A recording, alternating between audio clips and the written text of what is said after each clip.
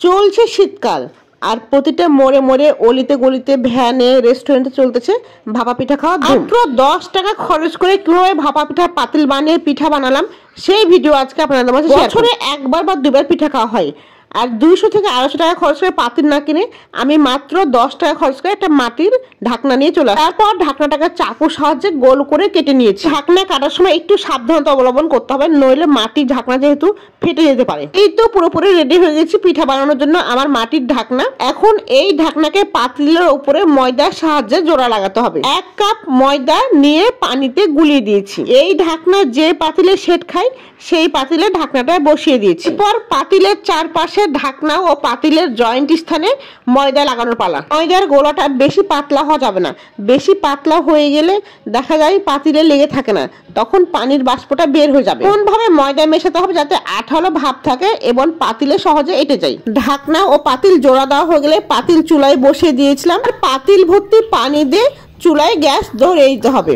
এইদিকে আমি খেজুরের গুড় আর নারকেল বের করে নিয়েছি পিঠা দেওয়ার জন্য। আমার বেবিরা যেহেতু অনেক ছোট আর এবার ওদের পিঠা খাবো, সেজন্য আমি নারকেলটা অ্যাড করব না। খেজুরের পাটালি গুড় আর ভাপা পিঠা কম্বিনেশনটা কিন্তু অসাধারণ। খেজুরের গুড়ের ঘ্রাণে আমার পেট অর্ধেকটা ভরে গেছে, এত সুন্দর ছিল গুড়টা। একটা পাটালি গুড় আমার কেটে নেওয়া হয়ে গেছে।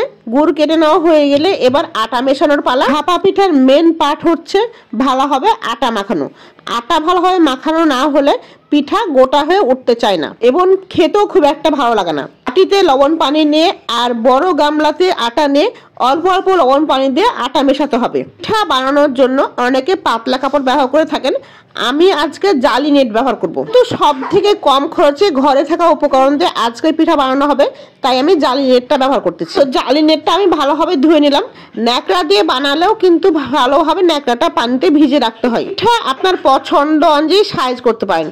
অনেকে দেখতেছি মজা করে রাইস কুকারের বড় ছাঁকনিতে বিশাল বড় আকৃতির পিঠা বানাচ্ছে। আমি পিঠা বানানোর জন্য এই ফ্রেমটা 10 টাকা দিয়ে মাটির দোকান থেকে নিয়ে আসছিলাম। চুলার পানি একদম টকবগা হয়ে ফুটে গেলে এবার পিঠা বসিয়ে দেওয়ার পালা। বছরের প্রথম পিঠা খাচ্ছি, তাও নিজের হাতে বানানো ঢাকায় বসে। চিন্তা করা যায়, তাছাড়া নিজের হাতে বানানো যে কোনো জিনিসের টেস্টই কিন্তু অন্যরকম থাকে। আমার একটা পিঠা উঠে গেছে।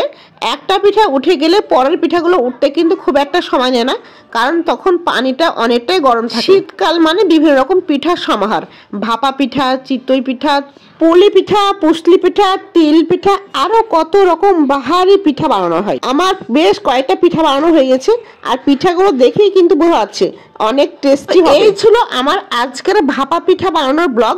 আমার ব্লগটি কেমন লাগলো কমেন্টে সবাই জানাবেন। ভালো লাগলে লাইক কমেন্ট শেয়ার করে পাশে থাকবেন।